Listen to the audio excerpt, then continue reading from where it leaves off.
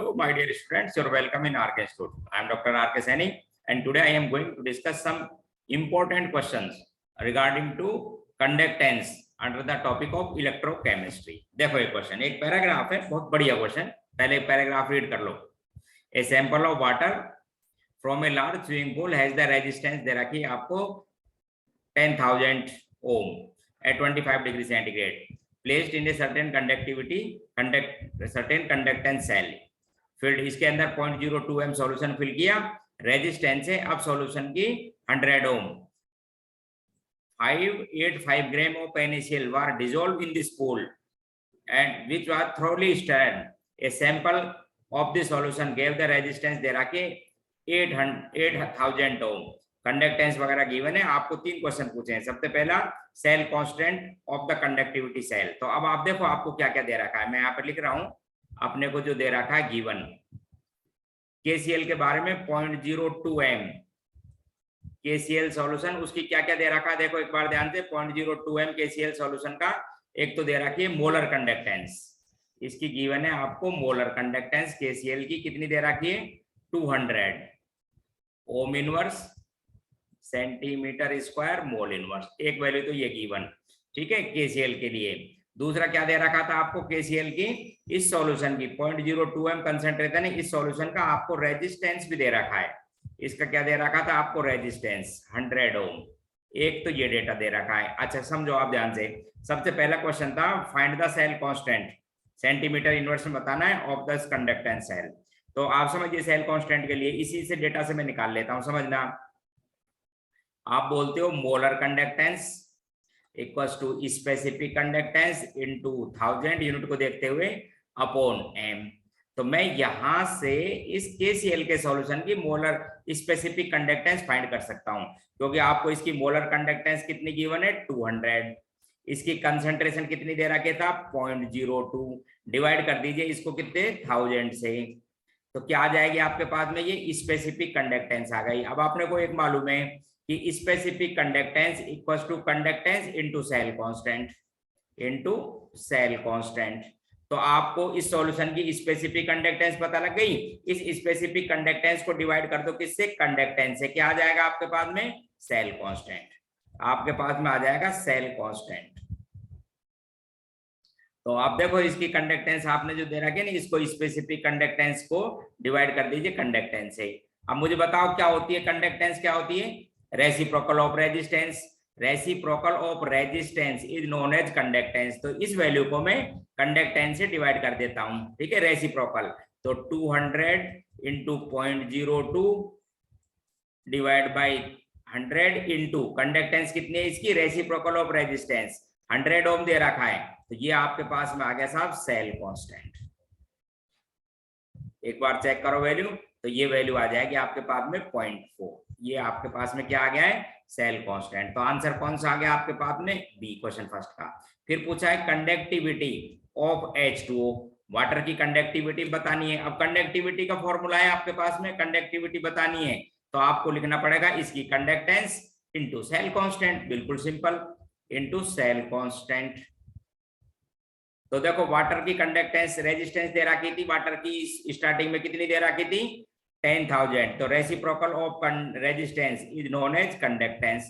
तो ये तो इसकी दे रखी है कंडक्टेंस इनटू सेल कांस्टेंट. अभी आपने फाइंड किया कितना आया था 0.4. तो आपके पास में स्पेसिफिक कंडक्टेंस आ गई वाटर की 4 इंटू 10 की पावर माइनस की 5. देखो ये आपके पास में आ गई conductance, conductivity of H2O 4 into 10 की पावर -5. चेक कर लीजिए क्वेश्चन, ठीक है. तीसरा इंपॉर्टेंट क्वेश्चन है फाइंड द वॉल्यूम. लीटर में वॉल्यूम फाइंड करना है वाटर का इन दिस पूल की कितना है. तो इसके लिए आपको क्या क्या क्वेश्चन को दे रखा है एक बार आप समझना ध्यान से. वॉल्यूम फाइंड करने के लिए आपको क्या दे रखा है, एक तो 585 ग्राम NaCl इस वाटर में डिसोल्व किया, ठीक है. अच्छा इस सॉल्यूशन का अब इस ये जो था ना आपके पास में NaCl का इतना डिसोल्व करने के बाद में इस सॉल्यूशन के रेजिस्टेंस से 8,000 ओम और इस NaCl की, और ध्यान से देखो इस NaCl की मोलर कंडक्टिविटी भी आपको दे रखी है कितनी 125. तो मैं इस क्वेश्चन को सोल्व कर रहा हूं, देखना एक बार ध्यान से क्या क्या दे रखा है वो समझा देता हूं आपको. इस सॉल्यूशन के लिए एक फॉर्मूला लिख रहा हूं, मोलर कंडक्टेंस ऑफ NaCl आपको गिवन है equals to specific conductance of NaCl into 1000 upon molarity. मैं यहाँ से मोलरिटी फाइंड कर लेता हूँ, यूनिट का अकॉर्डिंग लिखा है 1000 मोलरिटी। फिर आपको पता है यदि मोलरिटी पता लग गई ना तो मैं इसका वॉल्यूम निकाल दूंगा, क्योंकि मोलरिटी क्या होती है, मोल्स पर लीटर। तो मोल्स कैसे निकालोगे, 5 इसका given weight upon molecular weight of NaCl। कितना होता है molecular weight, 58.5 molecular weight upon volume. Volume किस में आ जाएगा, सीधा ये लीटर में। देख लो ये मोलरिटी की डेफिनेशन, मोल पर लीटर। तो मैं यहां से क्या फाइंड कर लेता हूं, मोलरिटी। अब ध्यान से सुनना आप, ये क्या चीज है, स्पेसिफिक कंडक्टेंस है NaCl की। अब NaCl की स्पेसिफिक कंडक्टेंस क्या होगी वो भी सुन लो, ध्यान से सुन लो। Specific conductance of the solution of aqua solution of NaCl minus specific conductance of water. देख लो एक बार, वाटर की भी फाइंड कर लिया, आपको पहले ये कैलकुलेट करनी होगी। इसको बताने के लिए इसका क्या दे रखा है आपको, इस सॉल्यूशन का, इस सॉल्यूशन की आपको मोलर कंडक्टेंस गिवन है। Molar conductance of NaCl given कितनी दे रखी है इसकी, मोलर कंडक्टेंस, मोलर कंडक्टेंस आपको वैल्यू दे रखी है। देखो एक बार क्वेश्चन में 125 है मेरे ख्याल से, एक बार और चेक कर लेता हूं। तो मैं यहाँ पर सबसे पहले तो इसकी NaCl की वो निकाल लेता हूँ, फिर वैल्यू पुट कर दूंगा। देखो एक बार ध्यान से, इस NaCl एक्वा सॉल्यूशन की निकाल लेते हैं कंडक्टेंस। तो specific conductance of NaCl aqua solution equals to, आप बोलेंगे इसकी conductance into cell constant, into cell constant. Conductance कैसे फाइंड करोगे, इसकी कंडक्टेंस कैसे फाइंड करोगे, इस सॉल्यूशन का रेजिस्टेंस वो आपको गिवन है।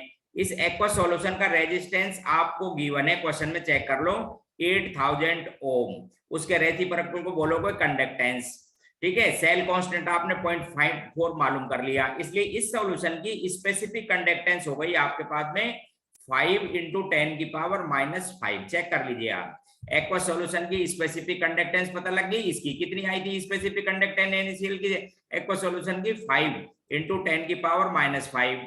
और वाटर की अभी आपने फाइंड की थी, कितनी थी ये, 4 × 10⁵ क्वेश्चन नंबर सेकंड में। तो आपके पास में स्पेसिफिक कंडक्टेंस हो गई किसकी, NaCl की, कितनी, 10⁻⁵। ये वैल्यू मैं यहाँ पुट कर देता हूं इस जगह।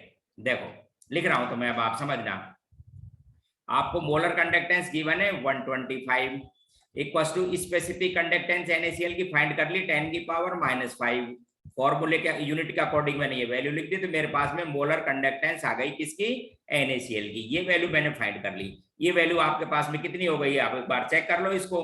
तो ये वैल्यू आ गई था आपके पास में, ये मोलर कंडक्टेंस की वैल्यू ऊपर हो गया 10⁻², यहाँ लिख देता हूँ 10⁻² डिवाइड बाई 125। ये मोलरिटी आ गई, तो ये मेरे पास वॉल्यूम आ जाएगा। तो क्या हो जाएगा वॉल्यूम, एक बार देखो, पॉइंट हटा के इसको लिख दो, तो वॉल्यूम हो जाएगा 125 × 10 डिवाइड बाई 10⁻², और वी कैन से 125,000 लीटर।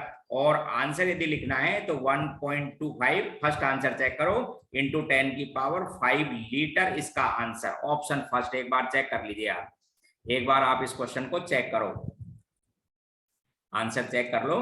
तो ये आपके पास में क्या आ गया, वॉल्यूम आ गया, किसका, किसका वॉल्यूम आ गया, वाटर का, जो इस पॉन्ड के अंदर प्रेजेंस था। Answer first, clear. एक क्वेश्चन और बताऊंगा, आप देखो, एक क्वेश्चन और है इलेक्ट्रोकेमिस्ट्री का, पर्टिकुलरली इलेक्ट्रोलाइटिक सेल का क्वेश्चन, गैल्वेनिक सेल का, जिसका रिलेशन है KSP के साथ। आप उस क्वेश्चन को एक बार देख लीजिए। सबसे पहले एक क्वेश्चन और समझो, ये क्वेश्चन रहा, देखो इधर क्वेश्चन देखिए। एक सेल है जिसके अंदर metal insoluble salt anion electrode है, दोनों ही। देखिए ध्यान से, ये दोनों सेल हैं आपके पास में, हाफ सेल, जिससे एक सेल बना रखा है। इनका KSP गिवन है, आपको रेशो बताना है कंसंट्रेशन ऑफ ब्रोमाइड आयन और क्लोराइड आयन का। इस सेल का जब EMF कितना हो जाएगा, 0। तो सबसे पहले देखो एक बार ध्यान से, सबसे पहले मैं इस सेल की रिएक्शन लिख रहा हूं, सेल रिएक्शन। सबसे पहले आप बात करेंगे सेल रिएक्शन, ठीक है, एट एनोड। देखो एक बार ध्यान से, एट एनोड पे देखो, एनोड पे सिल्वर है, तो सिल्वर को सबसे पहले आप ऑक्सीडाइज करेंगे, कन्वर्ट हो जाएगा सिल्वर आयन में, इलेक्ट्रॉन बाहर निकल जाएगा। जैसे ये सिल्वर आयन सॉल्यूशन के ब्रोमाइड आयन है, ध्यान से रखना, एनोड कंपार्टमेंट में क्या है, ब्रोमाइड आयन। इस ब्रोमाइड आयन के कांटेक्ट में आएगा तो ये कन्वर्ट हो जाएगा AgBr में। फिजिकल स्टेट आपको समझा देता हूं, ये आपके पास में मेटल सॉलिड होता है, ये भी आपको सॉलिड है और ये भी सिल्वर से कैंसिल, तो आपके पास में नेट रिएक्शन आएगी एनोड पर, नेट रिएक्शन आ जाएगी एनोड पर Ag solid plus Br aqueous जो भी सॉल्यूशन में था gives AgBr solid plus electron बाहर निकल गया, कहां पर है ये? At anode. अब बात करते हैं एट कैथोड।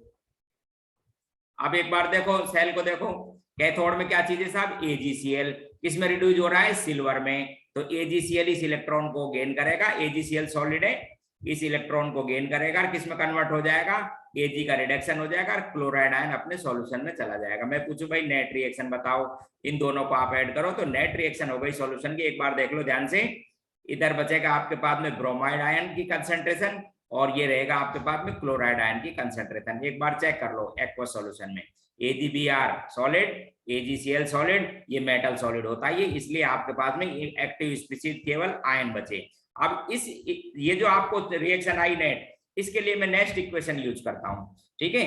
तो नेक्स्ट इक्वेशन के अकॉर्डिंग सेल का ईएमएफ देखो, सेल का EMF equals to E naught cell minus 25 degree centigrade, आप चाहो तो वैल्यू लिख सकते हो 0.0591 अपॉन एन कितना इलेक्ट्रॉन 1 लॉग, ऊपर लिखोगे कंसंट्रेशन ऑफ प्रोडक्ट। क्या है कंसंट्रेशन प्रोडक्ट की? Chloride ion.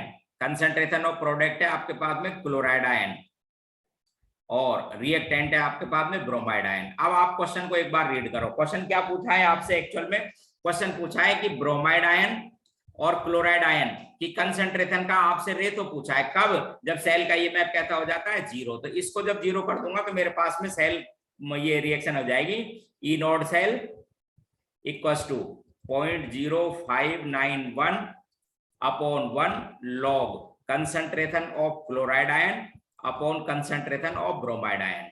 बस ये आपको इक्वेशन मैंने बना दी, ठीक है? अब आपको क्या करना है? इस सेल का ईएमएफ निकालना है। सेल को चेक करो एक बार, जो दे रखा है ऊपर दिखा देता हूं एक बार आपको सेल। देखिए यहां पर ये जो AgCl वाला इलेक्ट्रोड है ये कैथोड है और ये एनोड है। अब यहां से ये इंपॉर्टेंट क्वेश्चन में कन्वर्ट हो जाता है। तो आप बोलोगे साहब जो सेल का ईएमएफ है, एक बार देख लो सेल का स्टैंडर्ड कंडीशन में, तो anode cathode, standard condition में electrode potential of cathode minus standard electrode potential of anode, ये आपके पास में फॉर्मूला है ई सेल का। अब आप कैथोड एनोड को कैसे निकालेंगे वो यहां से इंपॉर्टेंट है। ये अब एक्चुअल में एक रिलेशन है, इसके बीच में रिलेशन है बिटवीन मेटल, देखो इधर मेटल मेटल आयन, ये इंपॉर्टेंट है, metal metal ion and metal insoluble salt electrode, metal insoluble salt, जैसे यहां पे ले रखे हैं इनसॉल्युबल सॉल्ट एनायन इलेक्ट्रोड कहते हैं, एनायन इलेक्ट्रोड एंड KSP, ये इस रिलेशन से आता है। तो अब मैं आपको ये रिलेशन समझा देता हूं। एक बार वापस देख लो कि यहाँ पर जो AgBr है, एक बार देख लीजिए, AgBr तो लिखा है एनोड में और AgCl लिखा है कैथोड में। तो मैं आपको एक रिलेशन दिखा देता हूं, उसी के अकॉर्डिंग आप दूसरा लिख लेंगे। तो मैं कैथोड का आपको रिलेशन बताता हूं जिसमें Ag सिल्वर क्लोराइड लिया है। तो देखना आप समझना, एक तो लिखा मैंने मेटल मेटल आयन इलेक्ट्रोड, देखिए इधर मेटल मेटल आयन इलेक्ट्रोड, और ये लिखा, ये तो एनोड, और ये लिखा मेटल इनसॉल्युबल सॉल्ट एनायन। जैसे इसका इनसॉल्युबल सॉल्ट ले लो और इलेक्ट्रॉन गेन करेगा इसको और ये कन्वर्ट हो जाएगा साहब सिल्वर में और ये क्लोराइड आयन में। आपको पता है ये भी सॉलिड, AgCl भी सॉलिड है और ये सिल्वर सॉलिड। बस आपके पास में सिल्वर की कंसंट्रेशन और क्लोराइड आयन की कंसंट्रेशन आ जाएगी। तो नेट रिएक्शन यदि जब की जाएगी तो नेट रिएक्शन आ जाएगा AgCl gives Ag ion aqueous plus chloride ion, ठीक है, एक्वस। ये आपके पास में साहब नेट रिएक्शन आई एक इलेक्ट्रोड की, ठीक है। अब इसका यदि मैं सेल लिखता हूं, देखना एक बार ध्यान से, the EMF of the cell, आपको लग नहीं रहा ये रिएक्शन, आप चेक करना इलेक्ट्रोकेमिस्ट्री में, केवल इस रिएक्शन को देखेंगे तो आपको लग नहीं रहा कि it is A redox reaction, but actual में it is a redox reaction because it is the sum of the reaction first and second, and in reaction first anode oxidation and reaction second is a cathode because reduction takes place. Therefore the net reaction find by the addition of reaction first and second. Therefore the E cell of this reaction is E node cell minus 25 पे इसलिए value लिख दीजिए 0.0591 and total electron 1 और log ऊपर लिखोगे साहब, यहाँ पर लिखोगे सिल्वर आयन की कंसंट्रेशन इनटू क्लोराइड आयन की कंसंट्रेशन। ये आपके पास में आया next equation. If add saturated solution, यदि आपको क्या दे रखा है केएसपी, तो केएसपी कहां पे कैलकुलेट किया जाता है? Saturated solution. किसे कहते हैं सैचुरेटेड सॉल्यूशन? इधर देखो, व्हेन इक्विलिब्रियम स्टेट, ध्यान से देखिए, when equilibrium state exist between undissolved amount and dissolved amount of the electrolyte, then this condition is known as saturation. Maximum amount dissolve होती है, ध्यान रखना, it is a equilibrium condition. और आपको पता है इक्विलिब्रियम पर सेल का जो ईएमएफ है कितना होता है? 0। और मैं इक्विलिब्रियम पर इसको लिख सकता हूं KSP, and hence E naught cell, देखना ध्यान से, इस इलेक्ट्रोड का cell equals to 0.0591 divide by 1, और ये हो गया था अब लॉग केएसपी ऑफ एजीसीएल। इसको मैंने क्या लिख दिया? प्रोडक्ट को केएसपी। ध्यान से समझ लो, मेरा ये कैथोड का आ गया मेरे पास में। ठीक इसी तरह से आप एनोड का निकाल सकते हो, एनोड का भी इसी तरह से फाइंड करेंगे। तो एनोड ये तो हो गया एजीसीएल, जो आपने क्या बना रखा था? कैथोड। कैथोड का ईएमएफ आ गया क्योंकि आपको केएसपी गिवन है। एनोड का भी लिख देता हूं, ई सेल किसका? एनोड। आप सेल जो एनोड है ठीक उसी तरह से केएसपी के टर्म में 0.0591 अपॉन 1 लॉग, यहां पर क्या दे रखा? केएसपी किसका? एजीबीआर है आपके पास में, किसमें? एनोड पे चेक कर लीजिए। तो केएसपी ऑफ एजीबीआर ये आपको दोनों दे रखे हैं। तो आप जब ई नोड सेल निकालोगे, ई नोड सेल जब नेट सेल निकालना पड़ता है तो आपको पता है ई नोड कैथोड माइनस ई नोड एनोड, दोनों हाफ सेल के इलेक्ट्रोड पोटेंशियल को सबस्ट्रेट कर देते हैं, डेल्टा जी से निकालते हैं वैसे पूरी लाइन। तो आप ये वैल्यू पुट कर देंगे, वैल्यू पुट करेंगे कैथोड का, ये रहा कैथोड का ऊपर एंड इसका एनोड का।